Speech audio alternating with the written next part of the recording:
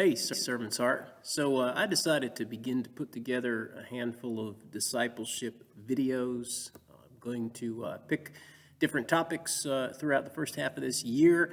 And actually, I decided to start with a little series on fallen heroes, taking a look at some very common people in the Bible: Noah, Abraham, Joseph, Peter, people like that, and seeing if there's something we can learn from these heroes who, just like you and me, were fallen.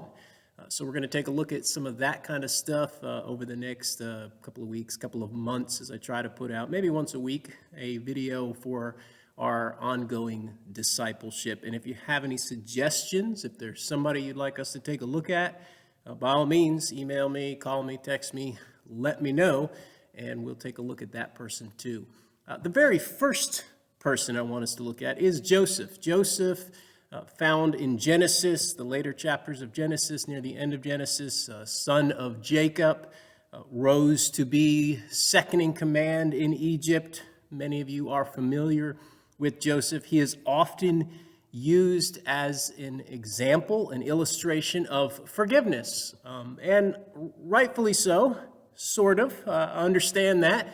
Particularly, he does forgive his brothers for selling him into slavery, telling his dad, Jacob, that he was murdered, that he was dead, lying about him for a good 20 years or so, covering up what they had done to him. And then we're told at the end of Genesis that he does indeed forgive them.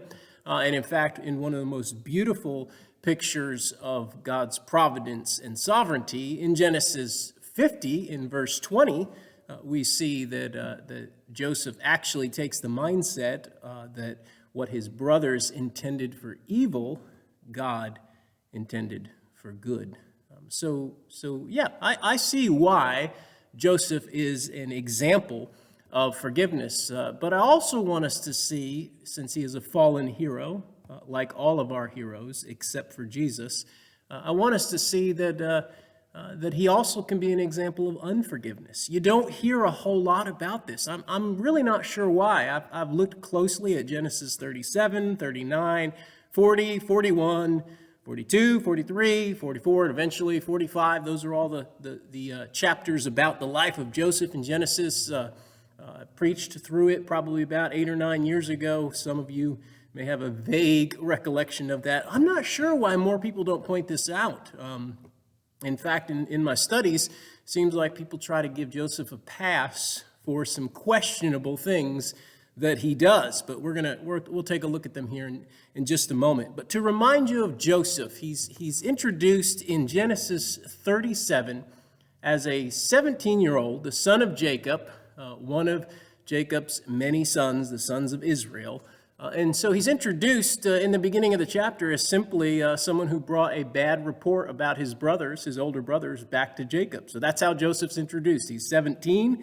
He sees something his brothers are doing. We're not told what it is. And he brings back a bad report. His brothers were shepherds, so maybe he saw them misbehaving out there while they're supposed to be taking care of Jacob's sheep.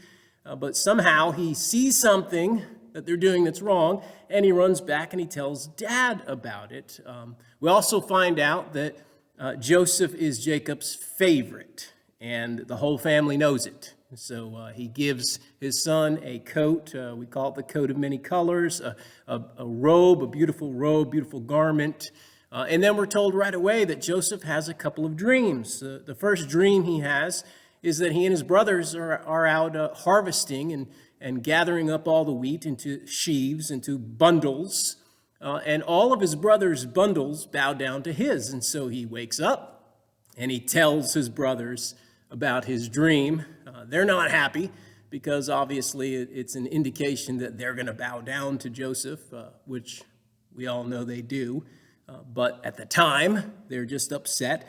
Then he has a second dream after that the sun and the moon and the stars all bow down to him. And even his dad, Jacob, rebukes him and says, your mother and I and your brothers, we're all going to bow down to you. And so he he rebukes him about it, but he has those dreams. But his brothers, they hate him at this point. They hate him. In fact, we're told that they hate him. And in Genesis 37, we're told that they hate him because of his dreams and because of his words. So not just his dreams he's having, but what he is saying about them. Well, a little time later, the boys, all Jacob's sons, are out in the field doing their shepherding thing, and Jacob unwisely sends Joseph out to check on them and bring a report back, he says. So maybe he's wondering if they're out there doing something wrong again, and if they are, he knows Joseph he'll tattle on them like he did at the very beginning of the chapter. And so Joseph goes out and looks around for his brothers, and eventually, after searching and asking around, he does find them. But his brothers, in the very familiar story of Joseph, they conspire to murder him.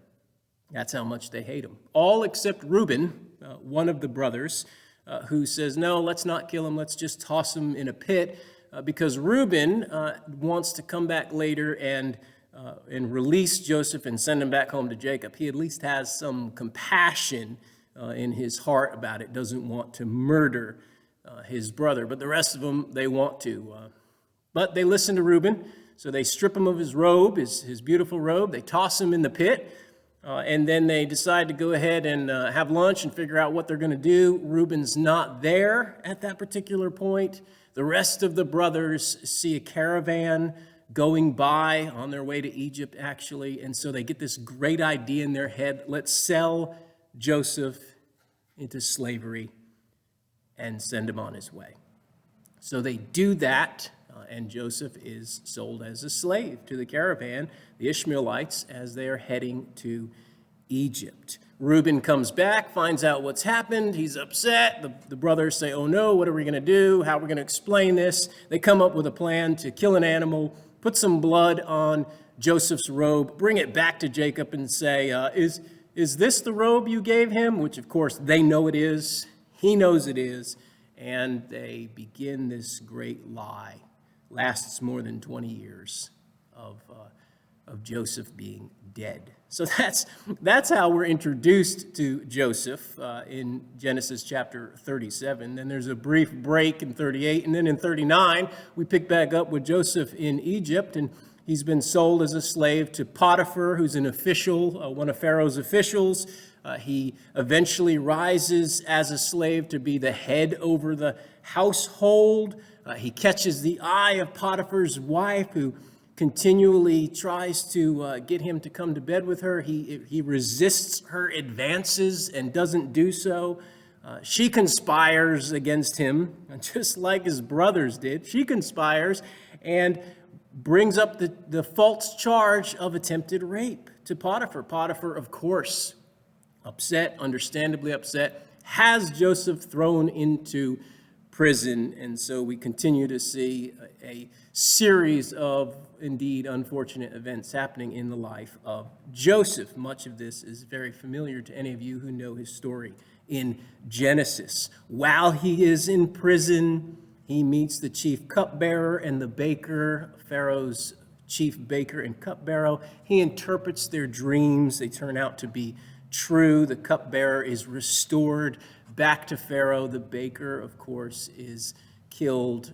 And so Joseph interpreted their dreams correctly.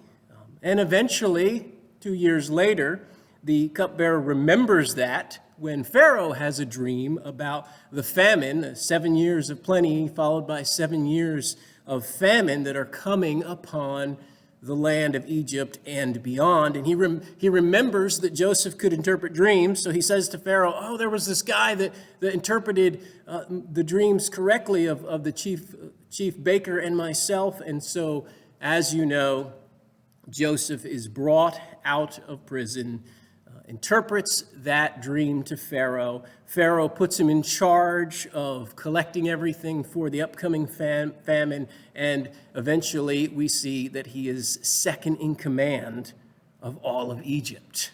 Joseph, so a rise all the way from a slave to prison to second in command. So that's the story of Joseph. Now we get to the unforgiveness that I was telling you about. Genesis chapters 42 to 44 describe this.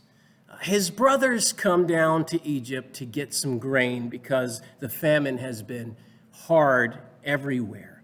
And we find that he pretends to be a stranger. He recognizes them, but he pretends to be a stranger. And here's where it gets kind of weird, because he does a handful of things that you would never say are okay for your kids to do. We would never excuse for anyone else. And yet, I don't know, for some reason, when people look at Joseph, they kind of give him a pass on this. But he actually has several chapters in Genesis where he's not being very forgiving. He's wrestling with it. And isn't this true in mine and your life? The reality that forgiveness is often something we wrestle with and we struggle with, and it doesn't come easy to us. And you see that actually working out in the life of Joseph for several chapters. Let me just tell you what he does. He pretends to be a stranger to them, and we're told in the Bible that he speaks harshly to them. Like, that's what he does. He speaks harshly to them.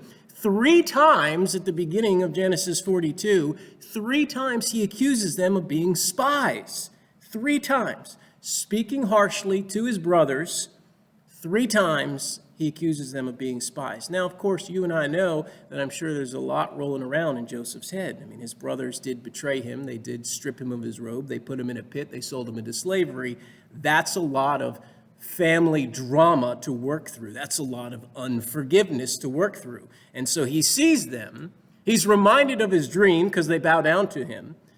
But he really struggles, I believe, with working through some of it. So he accuses them of being spies. He puts them in custody, we're told, for 3 days. So in some kind of prison.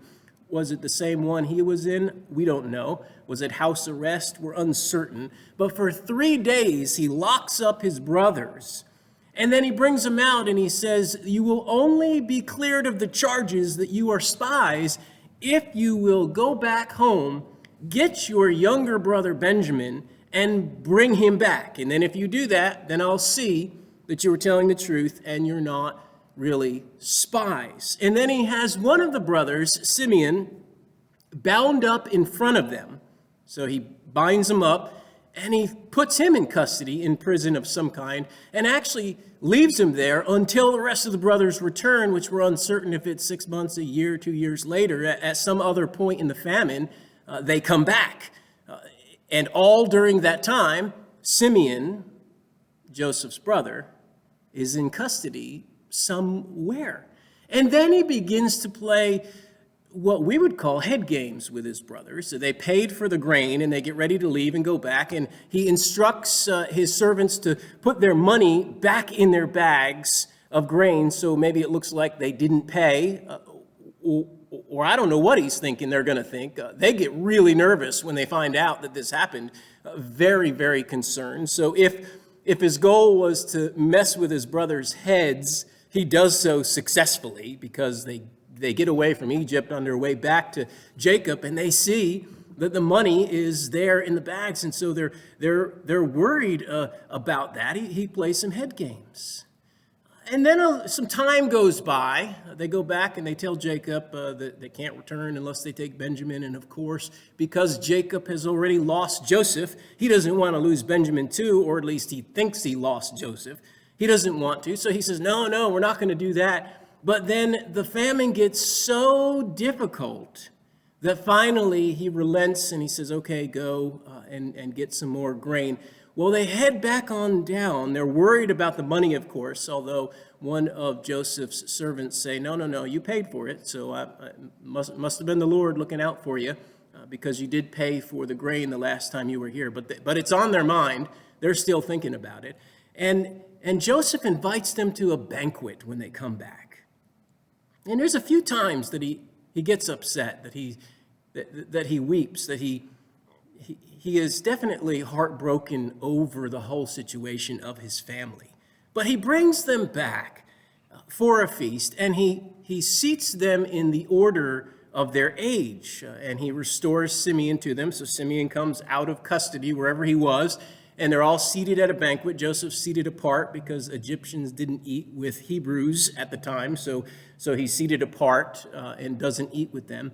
But they notice that they've been put around the table in the age, in the order of their age, and so they're a little confused about that. And it seems like Joseph's still just kind of maybe playing some mind games with them. And then he sends them away, and sends them away with their money again in their bag. But then he launches this elaborate plan, this elaborate, mischievous plan that in no point would we say this is okay to do to anyone else. But again, I'm not sure why Joseph gets a pass on this. I really just think Joseph's like you and me, struggling with forgiving his brothers who did him so much wrong. He launches this elaborate plan, and he puts a silver cup. He has a servant put a silver cup in Benjamin's sack, and then he sends his servants chasing after his brothers, saying, you've stolen from Joseph, you've stolen from him. And they're like, no, we would never do that, absolutely not. And so they search through to find out where the cup is, the cup that Joseph would use. In fact, his servants say that's the cup he uses for magic, for divination. And there it is. It's in Benjamin's sack. So it's this elaborate plan. And of course, the brothers at this point are like, oh, no, this is us being repaid back for what we did to Joseph. They understand that this seems to be some consequences to their actions of 20-something years earlier. So the whole thing is a fascinating study on guilt and struggling with forgiveness, and all found there in Genesis for you and I to learn from God's word.